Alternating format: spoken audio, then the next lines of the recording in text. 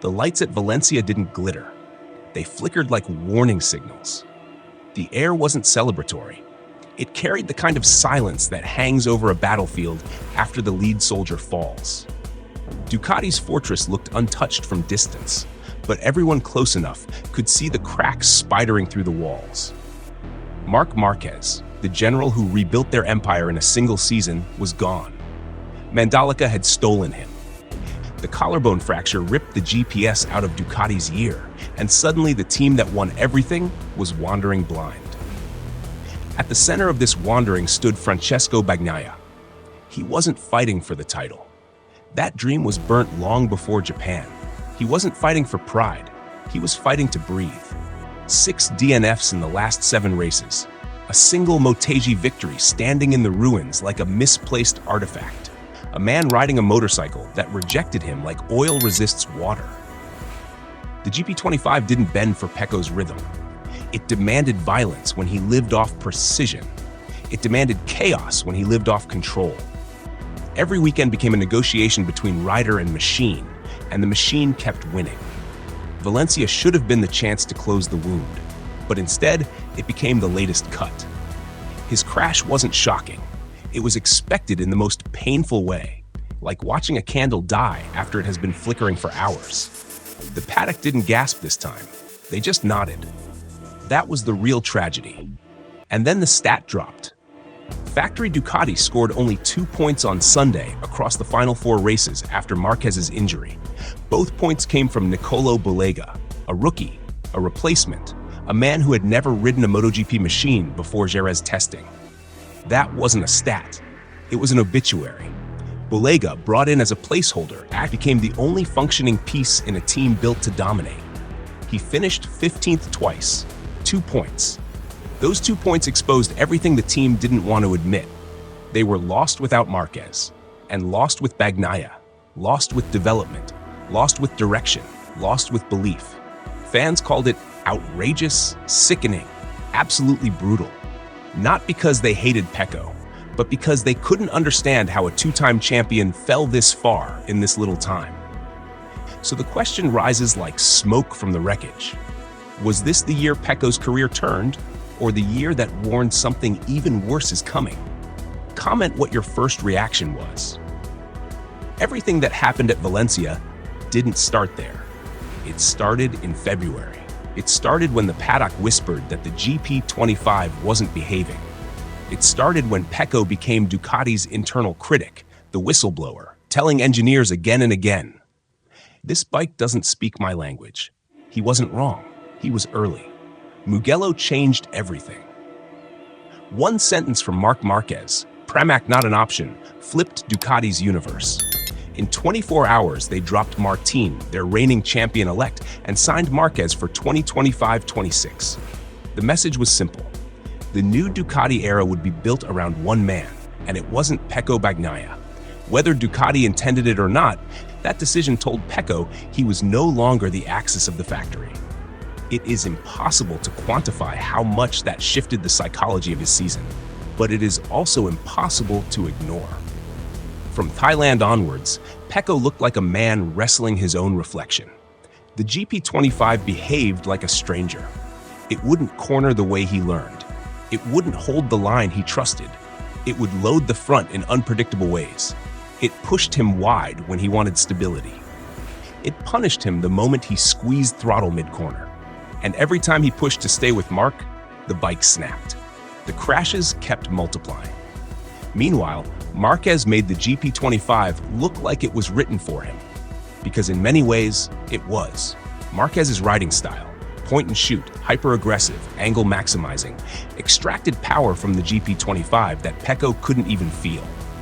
Every time Marc forced the bike to obey, Ducati engineers took notes. They adjusted the machine more toward his strengths because he was running away with the title. Pecco knew this. He felt it.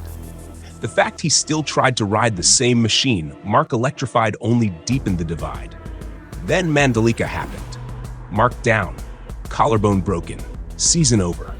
Suddenly, the entire factory development load fell on Pecco again. Except the bike wasn't built for him anymore.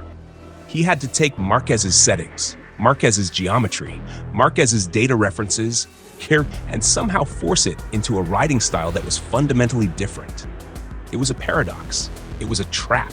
It was a ticking bomb. And when Ducati introduced GP24 parts onto the GP25 late in the season, Pecco found temporary balance, then fell again.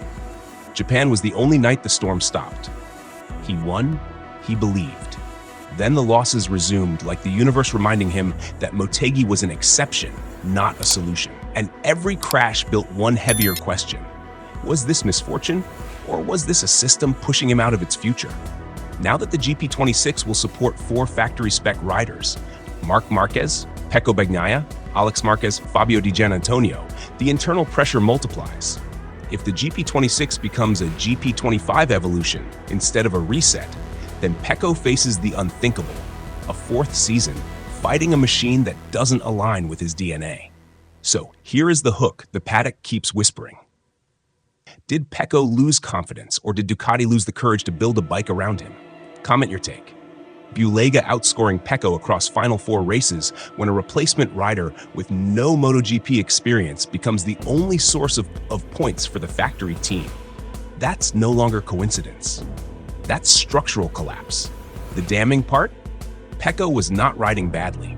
His corner entry was still precise. His braking markers were consistent. His sprint pace was competitive. But the GP25 kept biting with no pattern. Some crashes were grip load failures. Some were weight transfer spikes. Some were late race instability. But the underlying cause always traced back to one thing. The GP25 wasn't Pecco's bike. He survived on heritage settings while Marc rewrote the template, and the paddock kept asking, was this rider error or machine mismatch? Or was it simply a 2-time champion forced into a bike that spoke a different language? Drop your verdict below. You don't diagnose 6 DNFs by blaming coincidence. You look at the anatomy of the season. You cut it open. You see what bled. The collapse of Pecco Bagnaia's year was not mental. It was architectural. Some riders crack under pressure. Pecco didn't crack. His results cracked. The bike cracked. The setup philosophy cracked. But Pecco himself, he stayed composed in every interview. He stayed loyal to Ducati even when the machine refused loyalty to him. Let's break down the collapse layers. 1. The machine, the GP25, was built as a raw evolution of the GP24, which Marquez exploited with violent braking, heavy front load, and extreme angle. Pecco's style depended on balance, mid-corner stability, and smooth acceleration. Those 2 philosophies were incompatible at speed. When Ducati shifted development based on Marc's early success, Pecco became the anomaly in his own garage. Number 2. The timeline. Once Marquez got injured at Mandalika, Pecco was forced to ride settings crafted for someone else. Ducati needed continuity, so they used Marc's data as reference. That sealed Pecco's fate in the final stretch. Number 3. The development gap. Ducati introduced GP24 parts onto GP25 late season. That should have helped. Instead, it confused the baseline. Pecco felt hope in Motegi, then fell endlessly afterward. 4. The psychology. A rider can accept losing to a rival. What he cannot accept is losing to a ghost of his own bike. Every crash deepened his doubt. Not self-doubt. Doubt in the machine. Doubt in Ducati's direction. Doubt in where he stands in a garage, increasingly painted in Marquez red. 5. The 4 factory rider pressure. 2026 becomes even more brutal. Marc Marquez, factory. Pecco Bagnaia, factory. Alex Marquez, Gresini. Fabio Di Giannantonio, VR46. If the GP26 becomes a GP25 evolution, Pecco faces 4 riders shaping a bike that might not speak his language. And that leads to the final layer. 6. The future Aprilia will not hesitate to sign him for 2027. They know Ducati undervalued him in 2024-25. They will use this as their opportunity, like they did it for Martin last year, to sign him for Aprilia. They know the GP25 broke him and Ducati insulted him. They know Pecco's philosophy aligns better with RSGP balance than hyper-aggressive chaos. So the collapse isn't just 2025. It is the possibility that 2026 becomes a rerun unless Ducati rebuilds the bike around him, not around the legend across from him. Was this gravity pulling him down, or Ducati pushing him toward a door labeled Aprilia? Drop your thoughts. 2025 didn't ruin Pecco Bagnaia. 2025 revealed Pecco Bagnaia. It showed what he is, what he isn't, and what he refuses to be. He is not a rider who survives on chaos. He is not a rider who bends machines through violence. He is not a rider who masks structural weaknesses with risk. He is a rider who needs synergy. He is a rider who wins through method. He is a rider who becomes lethal when the machine becomes predictable. The problem? The GP25 was unpredictable. And Ducati might be building the GP26 on the same foundation unless someone corrects the course. Pecco's future depends on one decision. Will Ducati give him a GP26 built around balance again? Or will they continue optimizing for Marquez-led aggression? If they choose balance, Pecco returns. If they don't, Aprilia waits with open arms and a philosophy that fits him better than ever. Here is the brutal clarity. This year wasn't Pecco's downfall. It was the warning, the crossroads, the moment the mirror cracked. The question is not whether Pecco can rise, it's whether Ducati wants him to. As per the gossips in paddock, Ducati wants Pecco to leave himself like Dovi did. They wanted Furman in. It's not official, but rumors. There is a saying, no smoke without fire. Losing Pecco is the biggest mistake Ducati about to make. From now, where does this put them? The time will tell us. Comment below.